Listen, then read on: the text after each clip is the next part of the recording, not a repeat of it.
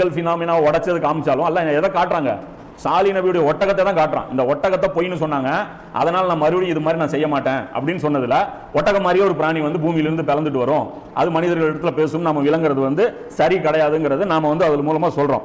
இது வந்து அப்ப கிடையாதுன்னு ஆயிடுச்சுல்ல, அப்ப என்னதான் அது? பிராணி இல்ல, அவ பிராணி இல்லைன்னா அப்புறம் வேற என்னதான்? அப்ப அதுக்கு என்ன விளக்கம்னு பாத்தீங்கன்னா, அது இம்ரான் ஹுசைன் வந்து ஒரு விளக்கம் சொல்றாரு.